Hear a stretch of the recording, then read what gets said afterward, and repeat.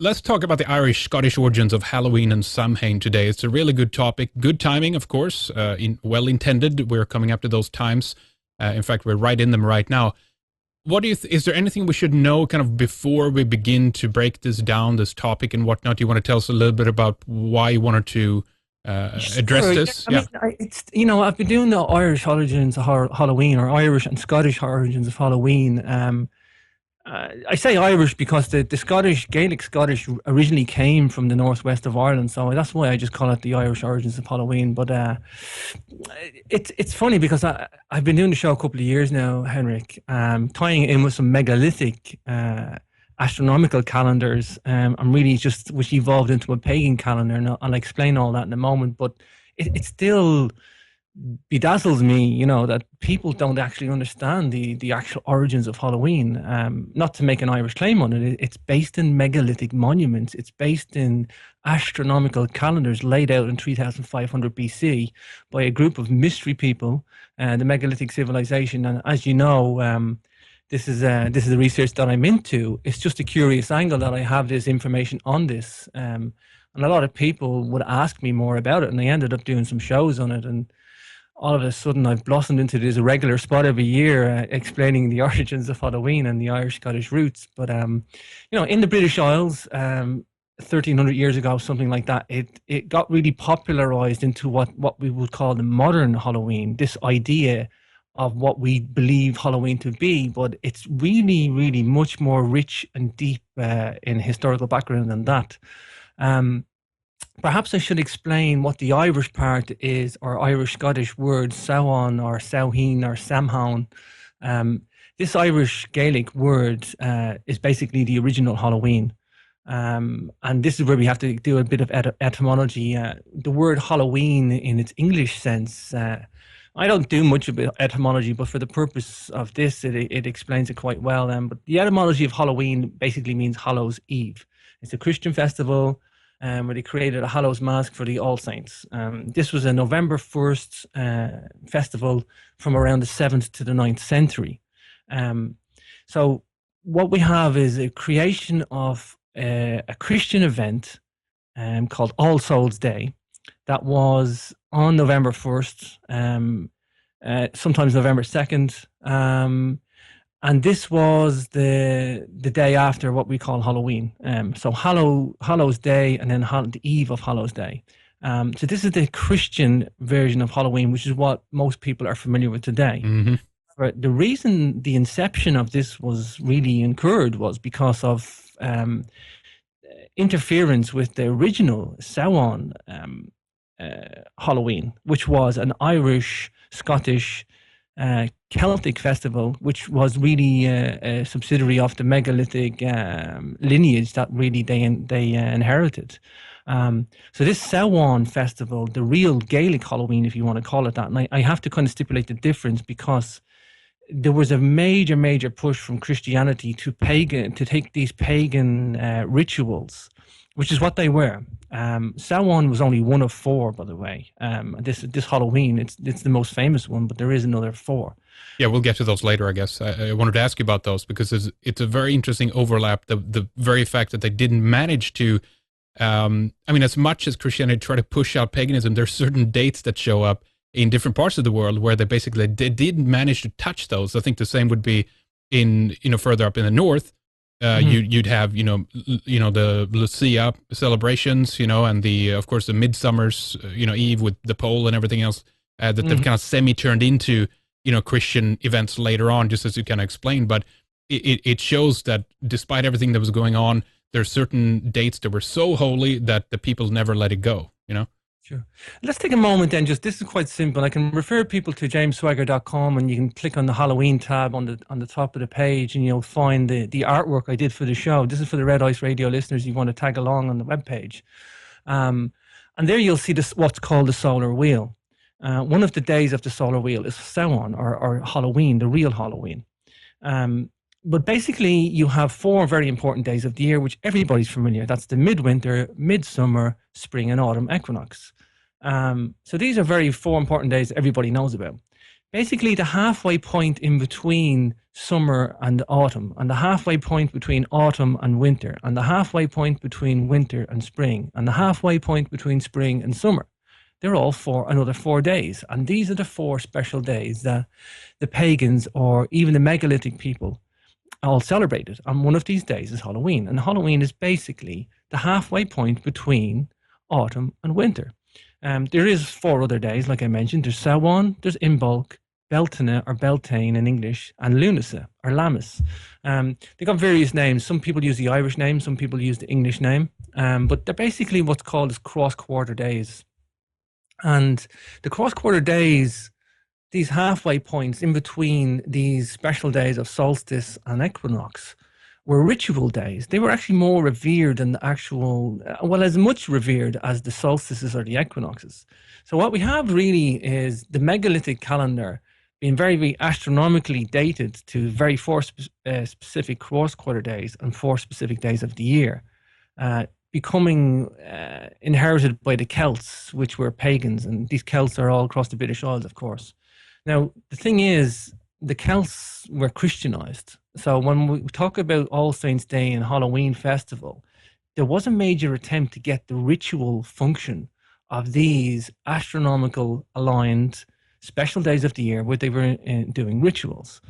And the reason was, I mean, it was, you know, the Christian church really didn't want, if you're going to Christianize somebody, the attempt was basically to adopt some of their customs and then, you know, play with them or interfere with them or kind of, you know, Christianize them in a way.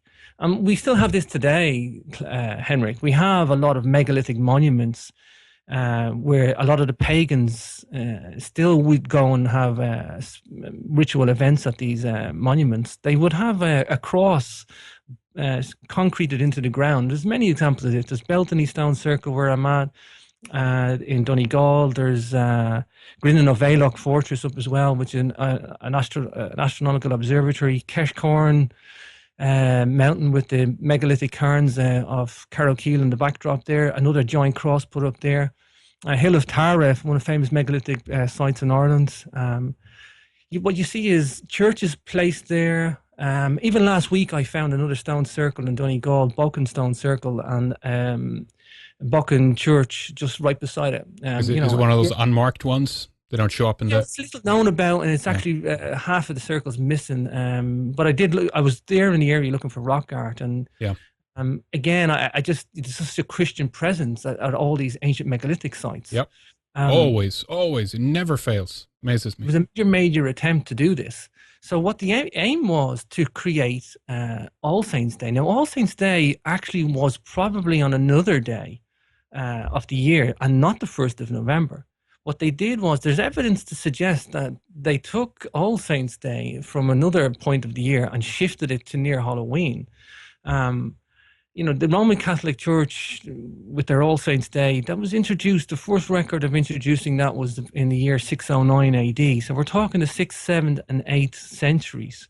It was probably originally the 13th of May. We have a record in 835 AD. Louis Pius, he switched it to the 1st of November at the request of Pope Gregory the Fourth. Mm-hmm. So there was a reason for that, because they needed something to get the focus off Halloween, because like I say, the Halloween astronomical day, this special cross-quarter day was the big one out of the 4. What we do actually know is that they were already celebrating All Saints' Day on the 1st of November in around the 8th century. So they were basically just making it official by the Pope's request at that point. They were already doing it then. We know that from other sources. So this Christianizing was a very, very slow process. We do know that, Henrik. Yeah, it was a dual, they call it the dual fate in some cases. It's same in the Norse tradition. You can see, you know, rune stones with Christian crosses. So you have that overlap time, basically, where both intersect and both are more or less, you know, maybe in competition for a while, but they also actually coexist for a while, it seems like. Mm-hmm, mm-hmm. Now, there's a lot of customs about Samhain and Halloween, and One of them is lighting fires, but there's equally another cross-quarter day called Beltane or Beltane in English, as people call it, and it's very, very similar to Halloween. They light fires. I think they celebrate this in Scotland today, and like I say, up where I live in Donegal, there's a place called Beltane Stone Circle. It's named after Beltane. It's got alignments to this May Day celebration. It's typically known as May Day, but it was probably originally May 3rd when they Christianized all these days, which were usually the fourth of the month. They shifted them to the first of the month, again shifting the focus of the true astronomical day. And then they would like the other. There's another one called Imbolc. It's on the 3rd of February. It's another cross quarter day, and they turned that into St. Bridget's Day.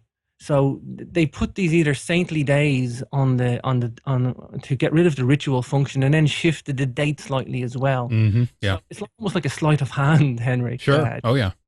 Trying to generally and slowly shift people away and shift the focus. And really, if you look at it in this day and age, I mean, there's a lot of people don't even know the Irish, Scottish, or the British origins of Halloween, and it doesn't just end there. I mean, all the Celtic tribes from Wales and Brittany, they all have variations of this. The Manx Gaelic in the Isle of Man as well, they have their own version of it too. And we'll get into some of those ritual customs. They're all pretty similar. But the astronomical, let's focus on the astronomical part, Henrik, because this is where my research really leads me. We have rich, deep historical background in the megaliths. We do know that these guys left us a lot of monuments from 3500 BC, and typical the peak of the period until about 2500 BC, and especially at a place called Lough Crew. We have what's called megalithic monuments called patches tombs. Now, we covered this on the last show, Henrik, and I wrote a book on this, The Newgrange Serious Mystery. And my exploration of that was really just an archaeoastronomy, look into calendar building and rock art and symbology. And what we know is that these guys left us a lot of alignments, and they left us a lot of rock art. A lot of the alignments that they left us was summer solstice, winter solstice, spring and autumn equinox.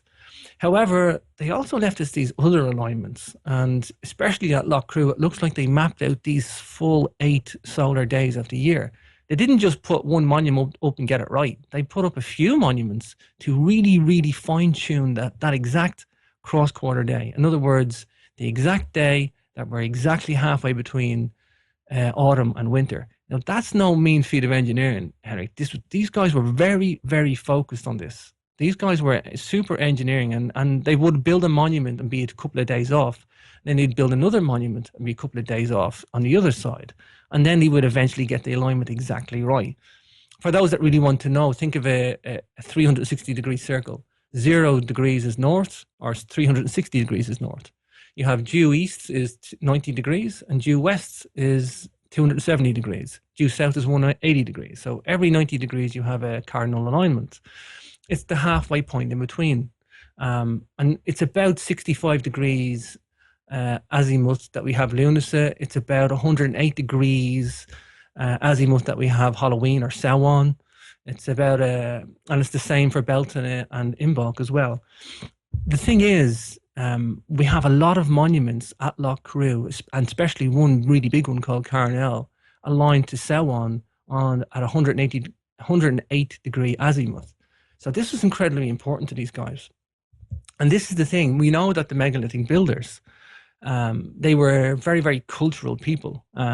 They were cremating the remains of the dead outside with bonfires, cremating and bringing the ashes inside on ceremonial bowls as offerings on these special days.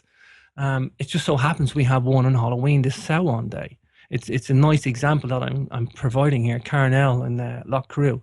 It's probably the best example if we have of the Samhain alignment, but there are many. At the Hill of Tara, we have a Beltane megalithic chamber aligned to the 4th of May, or what's known as, commonly known as May Day now, but it was probably originally a Beltane 4th of May celebration. Mm-hmm. Yeah. Still today, on the 4th of August alignment, we have a Lunacy, or Lammas, it's called sometimes in English, celebration. It's still celebrated in County Antrim today. We have the old Lammas Fair, and it's to do with harvesting and the harvesting of crops, and they are significant times of the year. The Samhain celebration was not important in terms of crop growing, but it was important in terms of herds and cattle. Those are the times you would lead the herds out of the fields for the winter time. So they're very significant key dates. Not that I put much emphasis on agriculture in the megalithic calendar. I don't think these guys were doing complex megalithic calendars for herding cattle or agriculture. It's a bit more sophisticated than that. Yeah. But that is the point worth noting. They are significant days of the year. And the pagan tradition is to recognize these key days of the year.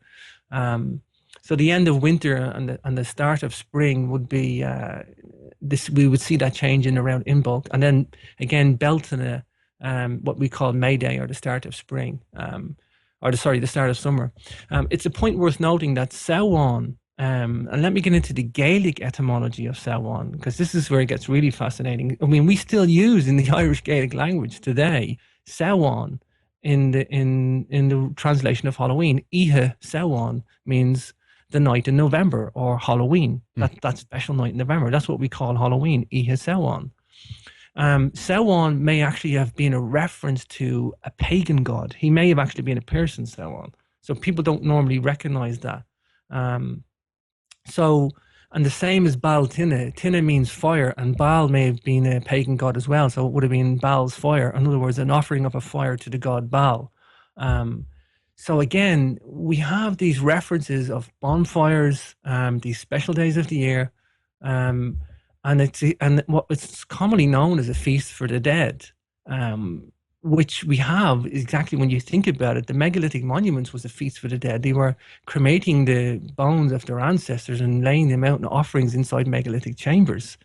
Can I ask you something about that? You know, I'm looking at some images of Cairn L right now at Lacrew, and there's many more there as well. But you know, as usual, I'm struck by the similarities to some of the other, burial mounds, megalithic burial mounds, and whatnot. But do you know if that one at one time was perfectly covered up? Today, you can see the stone entrance into it, etc. This has been, so we can get access and get into there. But what do you know about this being completely covered up? So it actually just was a burial mound at one point. Do you know if that's the case?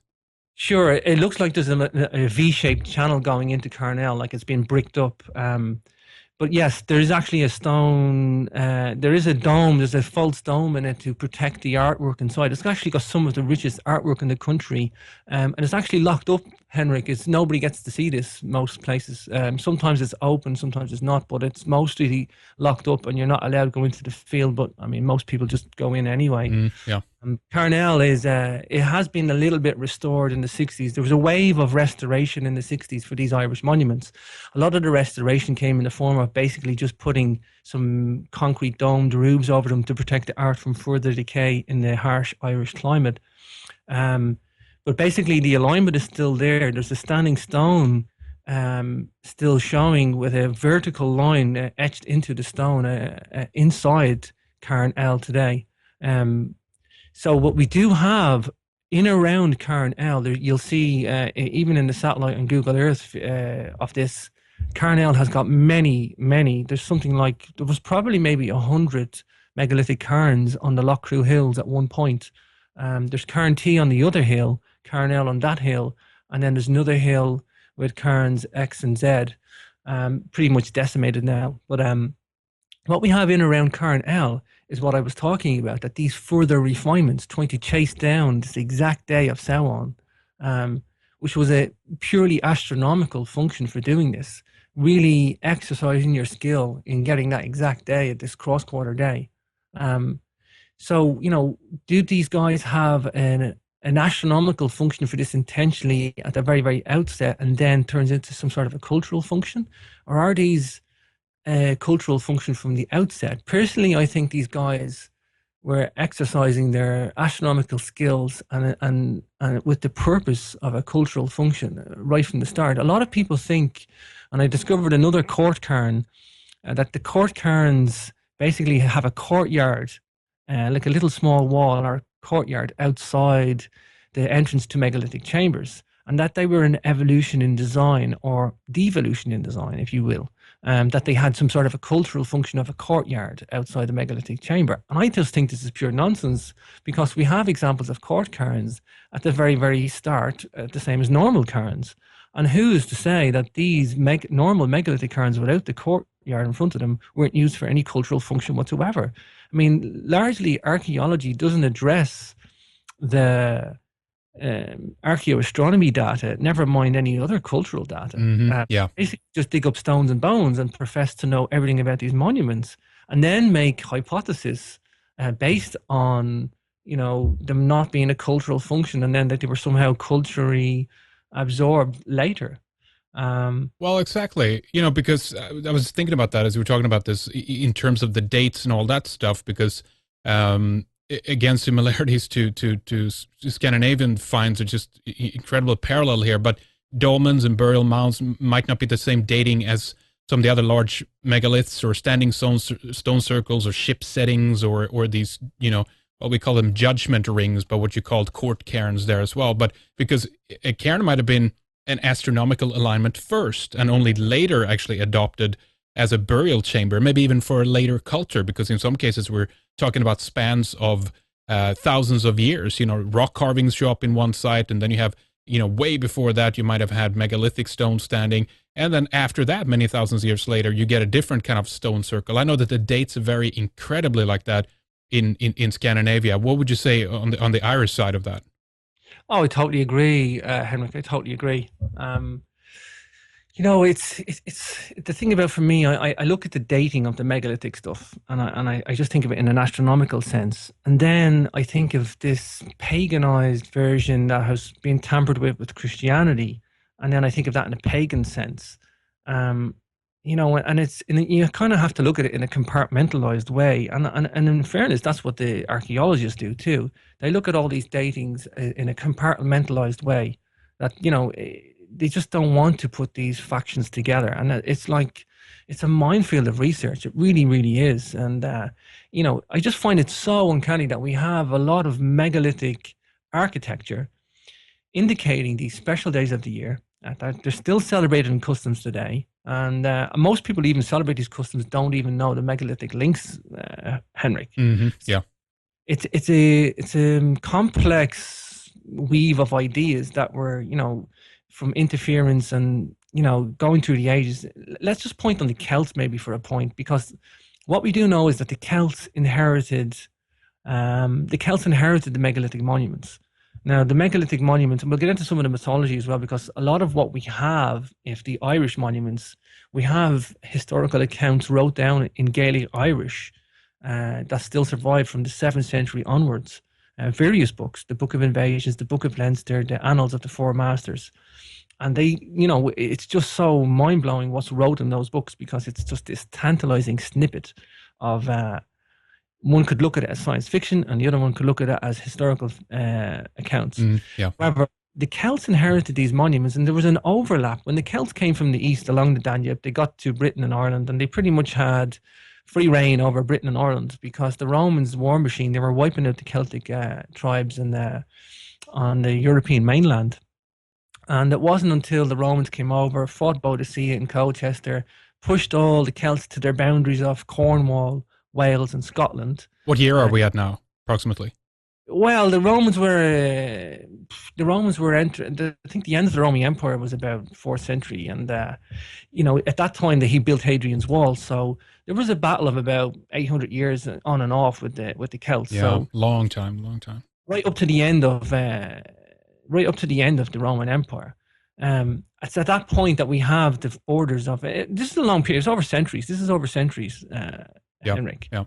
So what we have is from about 1500 BC, 1000 BC to about 2000 years, we have the Celts pretty much having a rich playground in the British Isles, Scotland, England, Wales, Cornwall, Brittany as well, Isle of Man, and Ireland. And what happens is there's an overlap between the megalithic builders, because we know the megalithic builders died out around 1000 BC. So these guys wrote down some tantalizing scripts as well. Now let's get into them in a minute. But what we do know is that there was an overlap, and we have very, very little written accounts. I mean, the written accounts are not wrote at the time that it happened. They're wrote down in about the 7th century from tales that were accounted for in poems, or what we would call poems, historical poems, a bit like the Indian epics, if you will. So what we have is an overlap. Now we even have evidence that when you look at Noth, right beside Newgrange, we have another megalithic chamber called Noth, that there was a lot of Celtic influence there. I mean, the guys didn't even know what Noth was, other than it was a mound, and they dug ditches around it and used it as a fortress. Huh. So there was some sort of a recycling of these monuments. Yeah. Interesting. Yeah, and so we have definite archaeological evidence that the Celts were at Noth. We also have historical books telling us that the Celts, the Irish, knew the Tuatha De Danann, the people of the mounds known as the Aos Si. And this is where we know a lot of their customs too, which matches in with the cultural aspect that I mentioned about the megalithic mounds too. So we have a lot of weaves and weaving evidence coming in from different angles. You know, the point is that the Celts, inheriting all these customs, put their own spin on it, and what we would call paganism, Celtic paganism. I'm not putting a dark or a light emphasis on this. This is just pure paganism, if you want to call it celebrating solstices or something like that.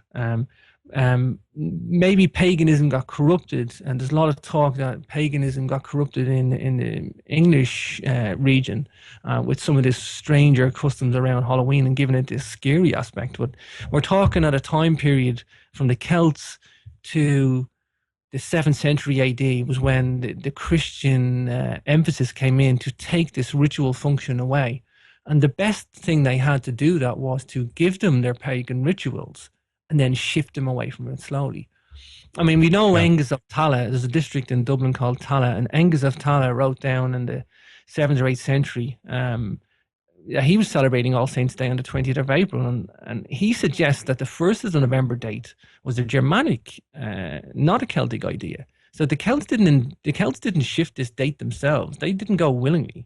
This All Saints' Day, this 1st of November, 31st of October, stroke 1st of November, is it's an outside influence.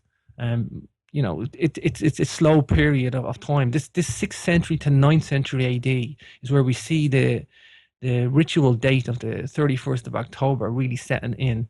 However, as successful it was shifting it from the 4th of November astronomical date, I mean, that's as far as they really got, Henrik, because the customs never went away. This was one of the biggest days of like I say, there's 4 cross-quarter days, Halloween, Samhain being one of them. This was the most ritual one. This was the one that had so much embodied in it. And the Christian roots, you know, they were trying to put down were really, really struggling to get these pagans to convert. I mean, these guys didn't want to go willingly. They were so dogmatic in their ritual practice. I mean, there was something keeping them there. These guys really believed in their lineage, and their lineage was linked with the people of the mounds. We do know that. Yeah. So they inherit. That's very interesting. So we have a possibility here of a completely different culture being. Whatever happened there, we don't know. Was there warfare? Was there, you know, or was it a, you know, welcoming scenario? But the aspect that either the Tuatha De Danann or, you know, some kind of beaker culture, something like that. That's I know they attribute that to other parts in Europe that, you know, probably, you know, what we call the beaker cultures were responsible for the largest of the stone settings, if you will, around in Northern Europe. And, you know, we can certainly get into the case, you know, were there just actually larger human beings that had the capability of moving these stones, what have you. But what's interesting here is that you're talking about a different culture coming in later, but still, sure, some things do change. But the way of life and adopting the customs and everything of the older culture remains with this one that comes more from the East. Is that correct? Sure, and I think to focus on the Celtic crossover and the megalithic builders, if you want to call them that, I think the crossover was natural and gradual, and it was more an absorption. I don't think there was any battle there. I mean, it looks like the Celts, they referred to the Dinna Shi. Dinna means person or people, and Shi means mounds. And they refer to the Dinna Shi, the people of the mounds, sometimes referred to as Ishi, which was basically means those people of the mounds or those ones of the mounds. So they were always referring to these Ishi or the Dinishi as the megalithic builders, if you want to call them that, or the people of the mounds. And this Irish folklore that we have, if you want to call it that, for it actually reads like historical accounts with dates and numbers and battles. I mean, the Celts were they didn't have a written language till about the 7th century AD from the development of Ogham script. However, they did have an oral culture up to that point. So they did have a written culture eventually. So when they did have the written culture and they did get Christianized, they did write down the accounts. What's ironic is that when you're talking about this crossover, what we do have, funny enough, is the Lara Gall and the Heron, the Book of Invasions in English, this is called, a 7th century book. There's also the Book of Leinster, which is a very, very close replica of the same information that's in it. I think, sorry, the Lara Gall and the Heron is the 11th century book. It basically means the Book of the Taking of Ireland, or the Book of Invasions. And the Book of Leinster is point by point almost the same. There's a slight variation in some of the tales, but pretty much for a high percentage of it is the exact same. So you have correlation in the story there, which is, of course, what people looking for when they're trying to verify stories. You know? We have correlation, and it's actual historical accounts of 5 groups of people before the Celts. Now, the 5 groups of people are the Firbolg, the Numidians, the Milesians, the Fomorians, and the tribe of Danu, or sometimes known as Tuatha De Danann. Let me just ask you, James, are those the Roman names you mentioned given to these tribes, or where do those names come from? Do you know? They're actually a mix of possibly, some people have Greek links, some people have Spanish links, and some people are Gaelic links. What we Firbolg were supposed to be a race of giants, that they lived on the island of Tory off the coast of Donegal. Strangely enough, they have some megalithic T-shaped pillars up there, similar to what's on Göbekli Tepe, but totally not in the same time frame. I mean, 9,000 years apart. Later, similar looking. So we have exact places where these people lived. We have exact dates. We have numbers of people who were defeated in battle. It reads like historical accounts. It doesn't read like science fiction. The problem is we have some information and data in these accounts that we can't take as history because it reads like science fiction. We talk about people of the mounds being the Dinishi or the Tuatha De Danann or the Ishi. The thing is, the Tuatha De Danann are the really special ones. These guys seem to be a supernatural race of gods. That's what they're referred to. They seem to be interdimensional. They seem to be able to create force fields around the megalithic mounds. They had force fields that the Fomorians were trying to breach. They were at battle. That's why they call it the Book of Invasions. Basically, they were a book of 5 conquerings of Ireland by 5 groups of people, and how each one conquered the other. So they're like historical war accounts, if you will. Yeah. And how each one battled each other. And fascinating. That seemed to be the ones with the technology. They seems to be the ones they came in. They came in on a dark cloud. Let me read out a poem for you. Yeah, definitely. Great. This is what they say about the Tuatha De Danann and how they entered Ireland. It is God who suffered them, though he restrained them. They landed with horror, with lofty deed, in their cloud of mighty combat of spectres, upon a mountain in Connacht, without distinction to discerning lands, without ships, a ruthless course. The truth was not known beneath the sky of stars, whether they were of heaven or of earth. And that's what they describe them as, Henrik. They describe these people as being otherworldly, or really kind of one foot in this world and one foot of the other world. Sometimes they describe the Tuatha De Danann as being incredibly ugly or incredibly beautiful, and nowhere in between. It's bizarre that we're talking about force fields around megalithic monuments. We're talking about interdimensional people. It just reads like science fiction, some of it. Yeah. And then the rest of it reads like historical accounts too. Exactly. We have that same thing in Norse, Beowulf, the stories of giants and trolls and weird things occurring. But then at the same time, if you start comparing, for example, later king lines that are written by some of the, Norse authors, primarily out of the Icelandic sagas, but they actually take place in other parts of Scandinavia. It's like, well, a minute, it all matches up, but then they have these like weird, out of place stories that no one would believe today. So one begins to wonder the validity of these things, Sure. If I'm not mistaken, Beowulf, the legend of Beowulf was some sort of a historical background with mounds as well. They can say that some of the legends of the mounds in Scandinavia can be linked with a story. Oh yeah, definitely. I mean, I was me and my brother was visiting one of them, which the rumor is that he's buried there, Beowulf, and of course the landscape has changed consequently. Think water levels have gone down. We have the land rise due to the ice receding and those kinds of things. So geographically things have changed. But if you actually do things like raise the water levels and look at the geography as described in some of the Eddas and of course Beowulf as well, you can actually place the location of these, and even the name places of the old towns are still to this day linked to some of the names of the king lines and everything else. So to me, it makes perfect sense in terms of where I visited of what actually is the burial mound of Beowulf, which is just amazing. And then when you kind of take that into the account of the fact that they never ever do any proper investigation on these sites for whatever mysterious reason. They never touch them, they never dig them. They claim they do some radar stuff on them, but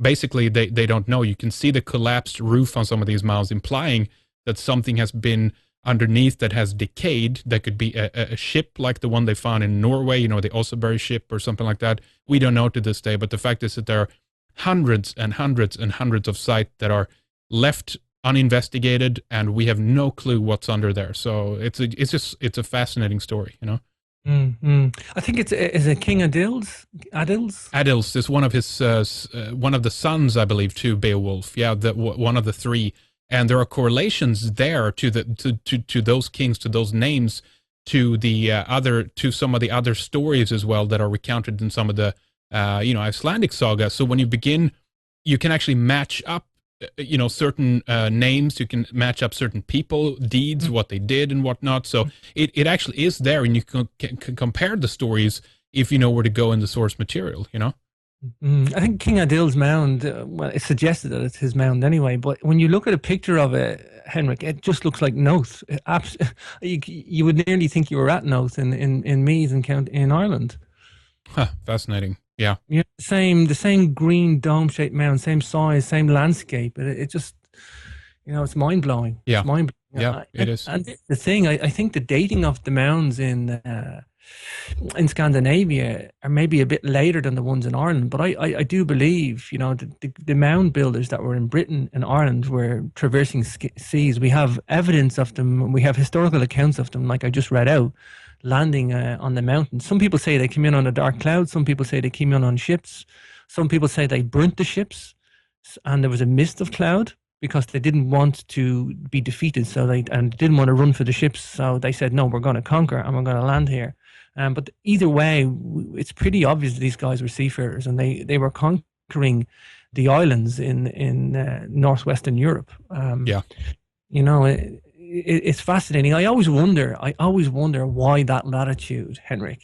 Southern Sweden, as you know too well, it's not a nice climate, Henrik. It's Norway. It's pretty harsh. It's pretty harsh climate. But it's been different. See, that's the thing as well. Things occurred obviously during the migration period. That's why the people of the Geats primarily, which Beowulf's talk about, he was a Geat. That's the area I was born in. The Great Migration period occurs around the 5th century, something like that, or the 500s.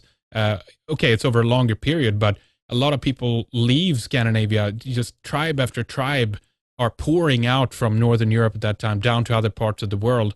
And so I believe that something did change. Whatever, you had much milder climate before that. The water levels were different, and then something occurred. May not have been catastrophic or whatnot, but kind of a slow change in the climate that caused these people to, not all of them, but some uprooted and left. And that's where, of course, when you have the Goths later, the Geats down in Europe, you're doing other things after that point, Sure.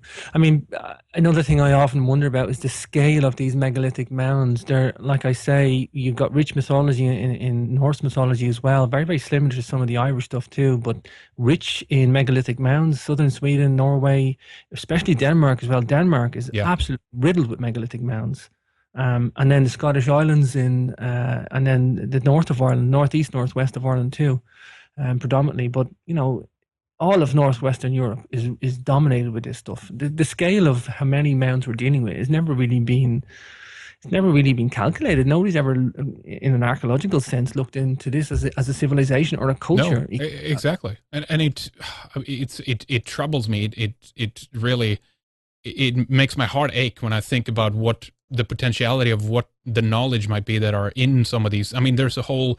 I'm not going to get into that now, but there's a whole political issue that actually arose much later, at least in Sweden, because it has to do with the fall of the great heathen temple in Uppsala, which is where basically the seat of the whole Asa through faith, where that is, and in the 1600s, there was a lot of kings and their kind of henchmen, if you will, that tried to actually relocate some of these places up to the Stockholm area, where there was an older tradition in, like Beowulf was a Geat, so you have Geatland was actually the center, the heart of Scandinavia. A lot of these things, kind of streamed out from, but there's been an active attempt actually to cover up that side of the story, and it's too much for me to get into here. It's just a massive story. We'll do it sometime on the show and cover that, but nonetheless, that means that even later in history, even 1,000 years after some of these events occurred, there was an active cover-up and name changes of towns and cities and even rivers and things like that to place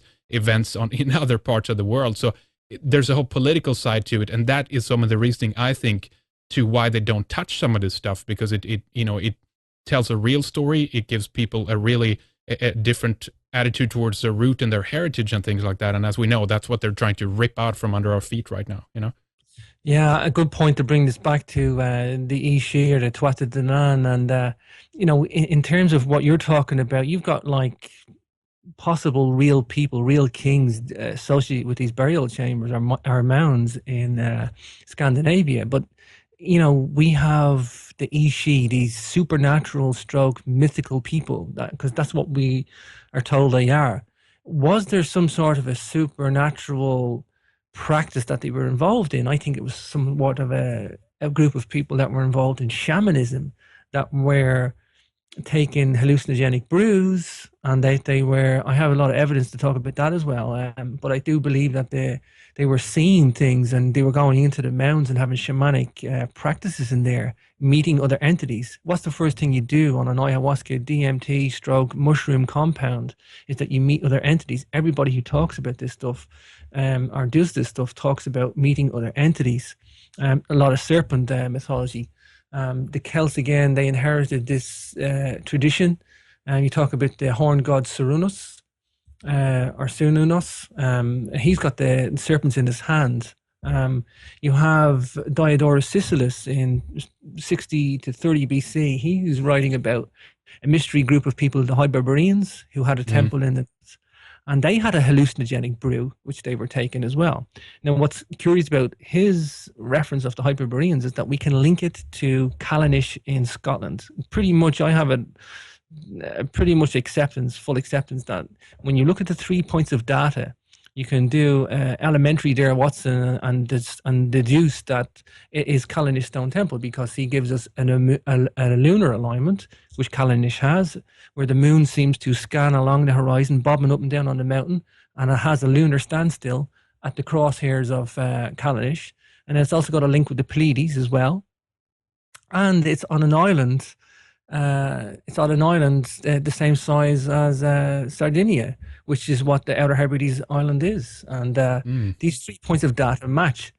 The curious thing is, it's the only thing at that ring of latitude. It can only be on that ring of latitude, by the way, because it's the only ring of latitude that has this Pleiades alignment and the lunar alignment all in one, encompassed on and because it's on this island, the same size as Sardinia. It's the only place that on that ring of latitude that this can occur. So we have, by deduction, a link between the Hyperboreans, the Temple of the North, with Callanish Stone Temple. The funny thing is, we also have a link with the Hyperboreans and hallucinogenic brew. We have links with the Celts into paganism and serpents. We have Gavrinis, a passage tomb in Brittany. Gavrinis has serpents carved into it. A lot of serpentine art all over Note and Newgrange as well. Serpentine squiggles are are commonplace across the megalithic empire. Oh yeah. I have no doubt that if they were meeting otherworldly beings, they may have been in terms of a shamanic practice and maybe not quite literal, you know, grey walkers or, literally physically dematerializing and materializing. That's the way I like to think of it. There seems to be a lot of evidence to support shamanic practices with acoustics and hallucinogenic brews. So, this is my way of kind of getting around and accepting some of the quote science fiction mythology. But like I say, the Irish monuments seem to have this quote mythical race associated with the monuments, where those in Scandinavia seem to have real people associated with them. And I think a lot of people, just put this stuff away as if it doesn't exist because it's like it's too much to read for them. It's too much to accept. Yeah. It's a complex story, and it's a mix of peoples shifting from the megalithic people to the Celts, from the Celts to the Christians, and everybody's having their own interference of ideas or manipulation of the data, for their own goals. Yeah. And the funny thing is, like you say as well, with the not opening up these monuments, we have one. I was with Thomas Sheridan, a good friend of yours as well. I was with Thomas down in Sligo, and every time I meet somebody in Sligo, I ask them, why don't they excavate Queen Maeve? Queen Maeve was supposed to be associated with the Tuatha De Danann. It is the biggest megalithic cairn in the county. There's something like 5,000 archaeological sites in Sligo, and there's one sitting on top of a mountain that you can see 20 miles away. That's how big it is. And they haven't excavated it. And I'm scratching my head going, wondering why. It would be like opening King Tut's tomb. Yeah, well, exactly. Apparently she's buried in there standing upright. That's the legend.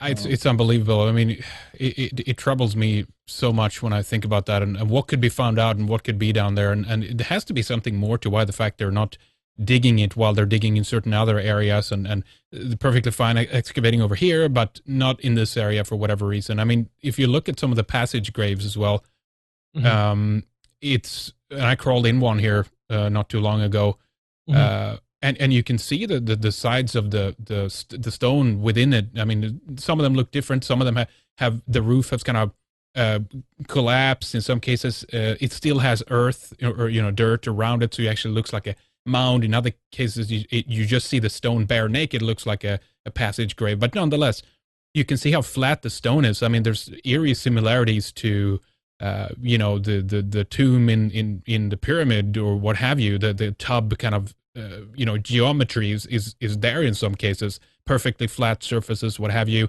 And I'm not sure how it is in Ireland, but I know certain sites they do try to say that it's been a grave site. In some cases, bones might have been found there. In some cases, might have been ashes from burnt bodies and whatnot. But bottom line is, it's really difficult to pin down a date on that because, just as I said before, even if you have bodies being put in there might be several thousand years later that practice is performed, and it might not have been done in the same way by those who built it. So we still have that problem to deal with, Mm-hmm. Sure. A lot of the dating, carbon dating we have actually is indicating extreme anomalies. And when I say that, we have Sligo home to two megalithic cemeteries or megalithic complexes, if you will. I don't like calling them cemeteries only because they only concentrate on the burial function and ignoring the astronomy. However, these megalithic complexes, Carrowkeel and Carrowmore. Carrowmore is actually dated to 5,400 BC. And what we have is a lot of dolmens inside circles. They were probably mounds at one point. The soil and the backfill has washed away, just exposing the dolmen. That was with a ring of curbstones. And what it looks now is a stone circle with a dolmen inside it.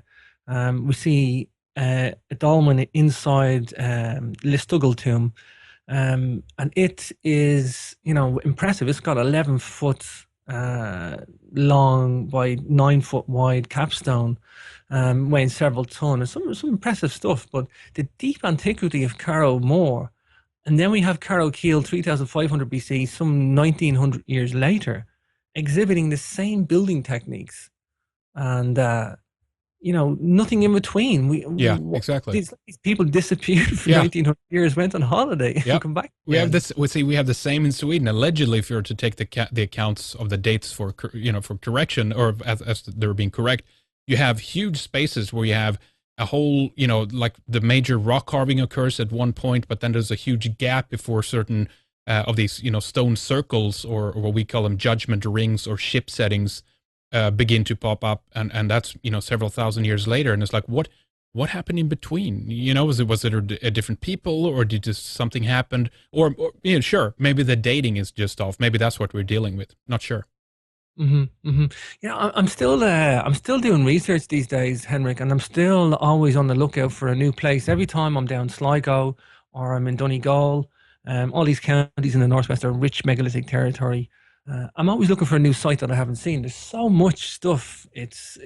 I normally concentrated on passage tombs for the Newgrange Serious Mystery, and then I got into stone circles, and I'm into looking at the use of crystals at monuments as well. And I'm always looking at new places. But I just come across a place in Roscommon. It's a cave, and it has an inscription in Ogham script. And for those not familiar what Ogham is, it's basically a very, very early form of Irish, and it's like a medieval alphabet, and it's very crude. It's like notches and marks. It's almost like a Morse code, and it's like what's basically regarded to as Old Irish, and then it developed. But in a cave in Owenagat in County Roscommon, rich with burial chambers around it and megalithic henges, we have this cave with this Ogham script, and in it it says, Freoch, son of Maeve. And we have this Queen Maeve and Ailill, Tuatha De Danann, from the Gaelic books as well. So we kind of have very, very loose, fragmented historical information in Ireland, and we're very, very privileged to have this. Although it's just a couple of inscriptions here and there may only be something like 400 Ogham scripts in the whole island. Yeah, that's not a lot. Interesting. Not a lot, but Yeah. what it does tell us, I was at another passage tomb. I didn't cop it the first time, believe it or not, but the second time I was there, Knockmany in Tyrone, beautiful place. It's got a conservatory over the top of it to protect it. Ugly looking on the outside, but it is the most decorated passage tomb in the north of Ireland, and it looks to have Ogham script, which I don't believe anybody is even. Again, they call that Queen Maeve's tomb as well. So this Maeve character from Tuatha De Danann lineage seems to keep popping up in these places. And the Ogham script seems to be the earliest form of written. It's like a Celtic tree alphabet. Basically, you'll see a tall stone, notches on it. Sometimes just the inscription of a name, because you don't write lines of text with Ogham. It's just basically the name of a queen. It's like a statement. It's not like a poem, or it's not like a story you're going to write down. It's just like a couple of key phrases. Usually is what all the Ogham describes. But we have Ogham linking with Queen Maeve at a major megalithic complex in Roscommon, and that's exactly where the Book of Invasions talk about Queen Maeve dominating. She was the queen of Connacht. She was actually the queen of that place. So yeah, see, and then they don't really do anything proper in investigating those areas where the clues lead to. Yeah, it's mind-boggling, and it's. Roscommon is a place I've heavily researched in megalithic research. What I've done is I've been very systematic in my research. I've taken the passage graves for the alignments, and then I've took the rock art on. So I've been exploring the evidence in a systematic systems analyst approach. Like, I'm just applying my engineering skill set. Yeah. Like I would any problem. I take what evidence I have and detailed. Now that I've done a great body of evidence, I seem to have this bigger spectrum than most, only because I did the time. However, I'm now looking at this fragmented evidence. I came across links with the Basque people in Spain as well. On the people famous, the Basque people are famous for the ETA group as well. But they have green eyes, blue eyes, fair-haired, aquiline nose. They're from a genetic group, the Haplo group 1, I believe, and very, very closely linked with the Irish as well in the north of Ireland. That's right. What I didn't realize is that the blood group that they have, rhesus negative, they're the highest population of rhesus negative in the world, as are the Irish. There we have the Book of Invasions. The Milesians were the ones that came from Spain. The Mills were basically the sons of Spain. So when these Milesians came into Ireland, who were and the Basque people, by the way, are a seafaring race as well. They're very, very rich in their culture with boats and seafaring. So again, we have more genetic evidence linking up the Basque people as well, who, by the way, are incredibly unusual in their mythology. They refuse to be ruled by anybody. And they even purport to be a psychic race of people, if you will. If you read some of the stories that they write about, being Interesting. it's totally bizarre. I mean, the more you look into this stuff, this is totally bizarre. Now, James, let's take a break here in a little bit. We'll pick up and I want to ask a little bit more about back to Halloween and Samhain, but definitely let's just kind of continue on this path here that we're on. There's so many, fascinating aspects to the material you're talking about here. But let's get back to your website again so people know where to go. Tell us about your book again, and please let us know if there's anything else you'd like to, share with us, if there's any upcoming events you have or anything else. So please go ahead, James. Sure. The website from my personal self is on my books is jamesswagger.com. You'll see a tab there for Halloween if you want to click on that and read more about what we're talking about. Look at the art for the megalithic solar wheel. And I'm always doing tours. I mostly just run small groups at the moment, but I'm always doing tours on and off. I'm quite busy, so if you want to do a tour with me, megalithic Ireland, sometimes I do Britain, sometimes Malta, depending on the group. Please get in touch. And I do have my sequel, the acoustics book, coming out, the Megalith Acoustics Mystery. Again, another angle that I looked into these ancient monuments. That, I believe, is for publication in November. I've held off on that just to do justice to the research I was doing. I really wanted to publish that about 6 months ago, but I've held off for research reasons, and I'm glad I did. So yeah, I have that coming out in November. Again, I'm always updating the website, jamesswagger.com. You can see my podcast there. I do it with other authors as well. It's something that I kind of want to get away from, but I seem to get dragged into it. I just love meeting other researchers and authors. It's a passion that I have, and that's me, jamesswagger.com.